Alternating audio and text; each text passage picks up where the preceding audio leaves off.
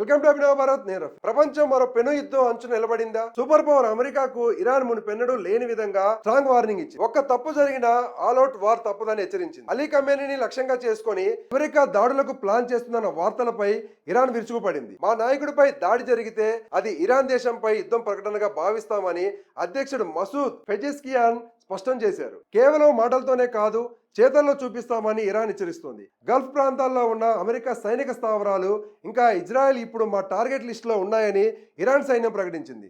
America కనుక red line దాటితే middle east అగ్నిగుండం అవుతుందని స్ట్రాంగ్ వార్నింగ్ ఇచ్చింది. మరోవైపు అమెరికా ప్రెసిడెంట్ డొనాల్డ్ ట్రంప్ సైతం తగ్గడం లేదు. ఇరాన్ లోని నిరసనకారులపై దాడి చేస్తే ఊరుకోమని, అవసరమైతే సైనిక చర్యలకు వెనకాడబోమని ఇండైరెక్ట్ సిగ్నల్స్ ఇచ్చారు.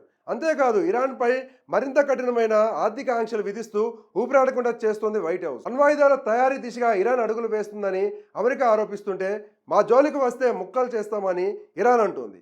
మరి ఈ యుద్ధాలు చరిత్రలో మూడో ప్రపంచ యుద్ధానికి దారితీస్తాయా అనే సందేహాలు వస్తున్నాయి.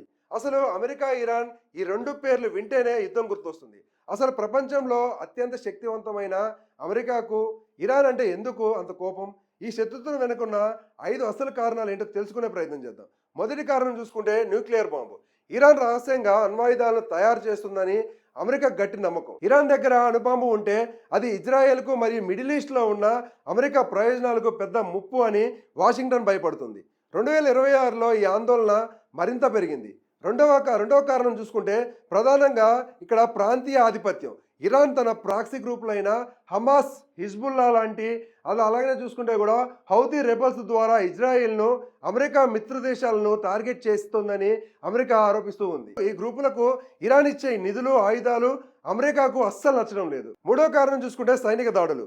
గత కొన్నేళ్లుగా సిరియా, ఇరాక్ దేశాల్లో ఉన్న అమెరికా సైనిక స్థావరాలపై ఇరాన్ మద్దతు ఉన్న బలగాలు దాడులు చేస్తున్నాయి.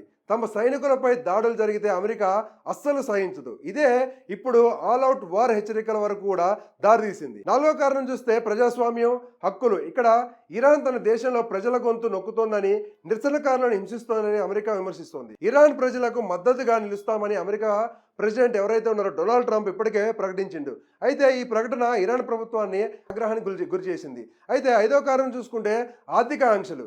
ఇక్కడ ఇరాన్ ఆర్థిక వ్యవస్థను దెబ్బతీయడానికి అమెరికా కఠినమైన ఆంక్షలు విధిస్తుంది. 2026 నాటికి ఇరాన్తో వ్యాపారం చేసే దేశాలపై కూడా 25% టారిఫ్ వేస్తానైతే ఇప్పటికే అయితే డొనాల్డ్ ట్రంప్ అయితే విధించడం జరిగింది. అయితే ఈ విభేదాలను మరింత ముదిరేలా చేసింది ఈ కారణం. అంటే ఇక్కడ ఏదైతే టారిఫ్ ఉందో టారిఫ్ సంబంధించి కూడా 25% టారిఫ్ అనేది చాలా ఎక్కువ కాబట్టి ఆ 25% టారిఫ్ ఎవరైతే ఈ దేశానికి సంబంధించి ఎవరైతే వ్యాపారాలు చేస్తూ ఉంటారో అన్ని దేశాలపైన కూడా ఈ విధంగా 20% టారిఫ్ వేస్తామని అయితే ఇప్పటికే విధించడం జరిగింది కూడా డొనాల్డ్ ట్రంప్.